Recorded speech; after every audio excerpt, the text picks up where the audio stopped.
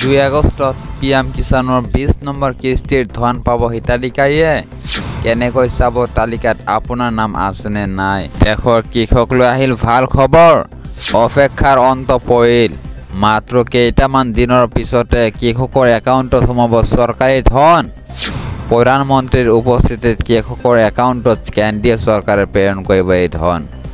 PM Kisan সন্মান নিধি আঁচনিৰ 20 number কিস্তিৰ ধন পাব একাউণ্টত।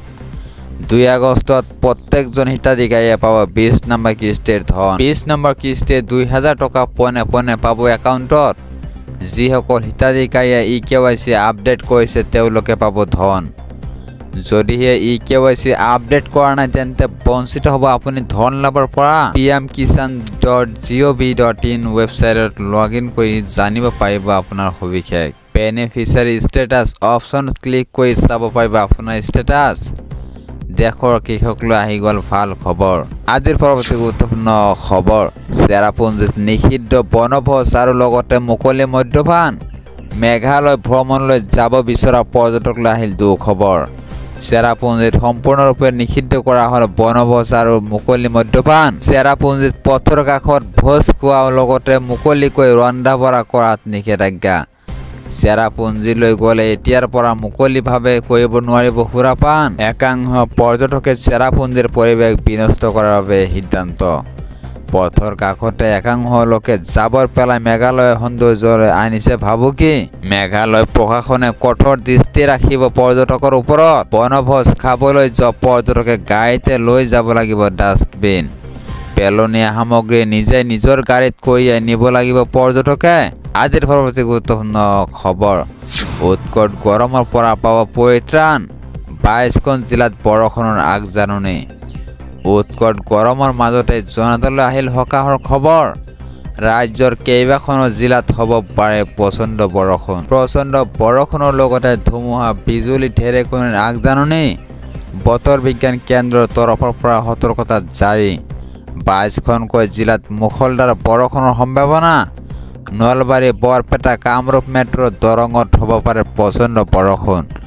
কামৰূপ, গোৱালপাৰা, বঙাইগাঁও, কোকৰাঝাৰ, ধুবুৰী লগতে বাক্সা, তামুলপুৰ, হোজাই, কাৰ্বি আংলং, পশ্চিম কাৰ্বি আংলং লগতে নগাঁও, মৰিগাঁও, বিশ্বনাথ, ওদালগুৰিত বৰষুণৰ সম্ভাৱনা। শিৱসাগৰ, চৰাইদেউ, ডিব্ৰুগড়, তিনিচুকীয়াতো বৰষুণৰ আগজাননী। উৎকট গৰমৰ মাজতে আহিল জনতালৈ সকাহৰ খবৰ। আজিৰ পৰৱৰ্তী গুৰুত্বপূৰ্ণ খবৰ, মাছ বিক্ৰী কৰিবলৈ গৈ মিয়া বেপাৰীয়ে কৰিলে ভয়ংকৰ কাণ্ড। উত্তপ্ত পৰিস্থিতিৰ সৃষ্টি হৈছে। লগতে শীঘ্ৰে গ্ৰেপ্তাৰৰ দাবীত তীব্ৰ প্ৰতিবাদ কৰিছে। মাছ বিক্ৰী কৰিবলৈ গৈ মিয়া বেপাৰীয়ে কৰিলে ভয়ংকৰ কাণ্ড। লম্পট মাছ বেপাৰীৰ কুকাণ্ডৰ পৰা কথমপি ৰক্ষা পৰিল কিশোৰী। লম্পট বেপাৰী গ্ৰেপ্তাৰৰ দাবীত উত্তপ্ত পৰিস্থিতি। নাহৰকটীয়াৰ লেংগেৰিজান চাহ বাগিচাৰ এজন ব্যক্তিৰ ঘৰত মাছ বিক্ৰী কৰিবলৈ গৈছিল। ইয়াৰ পিছতে পানী খোৱাৰ চলেৰে কুকৰ্মৰ অপচেষ্টা চলাইছিল। হোৱা দোৱা পৰিস্থিতিত চাইকেল এৰি পলায়ন কৰে মাছ বেপাৰী।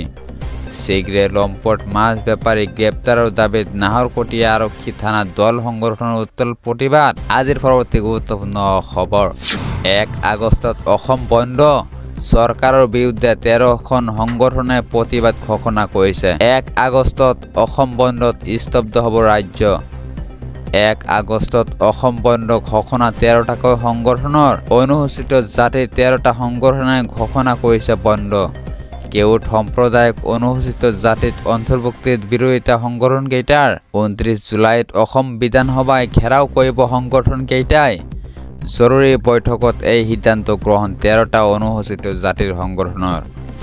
29 আগষ্টৰ দিনাই জিলাই সমজিলাই হ'ব বৃহৎ ধৰ্ণা কাৰ্যসূচী। চৰকাৰৰ বিৰুদ্ধে ধাৰাবাহিক আন্দোলনৰ কাৰ্যসূচী ঘোষণা কৰা হৈছে। আগষ্টৰ শেষৰ ফালে দিল্লীত প্ৰতিবাদৰ হুংকাৰ 13টা সংগঠনৰ। 1 আগষ্টত অসম বন্ধত স্তব্ধ হ'ব ৰাজ্য।